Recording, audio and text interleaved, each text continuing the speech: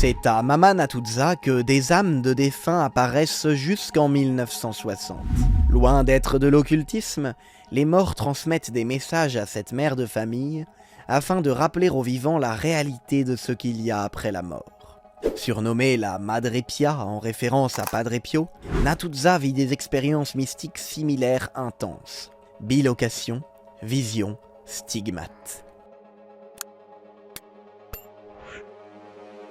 Née en 1924 à Paravati en Calabre en Italie, Fortunata Evolo, dont le diminutif sera Natuzza, vient d'une famille très pauvre. Son père a émigré en Argentine pour fuir la pauvreté et le chômage, et sa mère se prostitue occasionnellement pour subvenir aux besoins de la famille. À l'âge de 8 ans, Natuzza est placée comme domestique chez un avocat, Silvio Colocca. Elle fait une première expérience de bilocation à 11 ans. Elle se retrouve dans l'appartement de son père en Argentine et apparaît devant lui. Elle décrit ensuite parfaitement le lieu à ses proches, alors qu'elle n'y est jamais allée auparavant. Son père envoie à sa famille une lettre déconcertée, confirmant avoir rencontré sa fille chez lui, pensant alors qu'elle était peut-être décédée.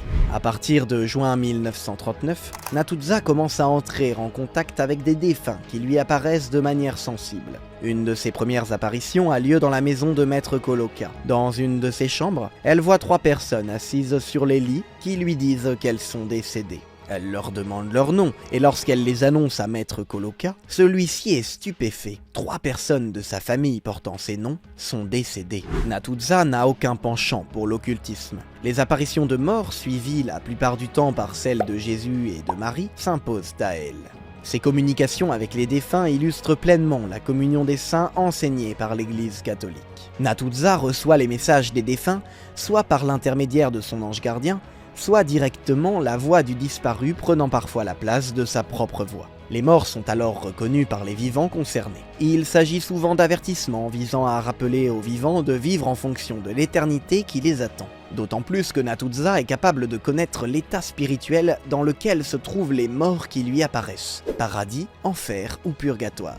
Les manifestations sont quotidiennes, sauf les vendredis et pendant le carême, jusqu'en 1960. Alors que Natuzza ne parle que le dialecte calabré, un dialecte du sud de l'Italie, elle transmet parfois des messages entiers en langues étrangères. Parallèlement, les bilocations se multiplient. Elle se retrouve instantanément dans un autre lieu, près de chez elle ou dans un endroit très éloigné, afin de venir en aide à d'autres. À partir de 1936, un autre phénomène exceptionnel se produit à plusieurs reprises. Des gouttes de sang apparaissent sur sa tête et ses mains, et lorsque Natuzza s'essuie avec un mouchoir, les traces ensanglantées laissent des inscriptions, comme des psaumes, en plusieurs langues. Grec ancien, hébreu, anglais, allemand, ou des dessins tels des couronnes d'épines, cœurs ensanglantés, chapelets, croix, colombes. Un témoin rapporte qu'il vit alors que le sang se déplaçait et que se formait une hostie avec les lettres IHS et ensuite tout un ostensoir. Mère de famille, Natuzza reçoit aussi les stigmates de la Passion du Christ à partir de 1958. Des taches roses apparaissent le mercredi des cendres sur les mains et les pieds et au côté gauche. Du sang s'écoule quelques jours avant le vendredi saint, puis les plaies se referment d'elles-mêmes. Chaque vendredi saint, Natuzza participe aussi corps et âme aux scènes de la Passion. Natuzza demeure humble, elle sait que les faits mystiques qu'elle vit ne sont qu'accessoires dans la vie chrétienne.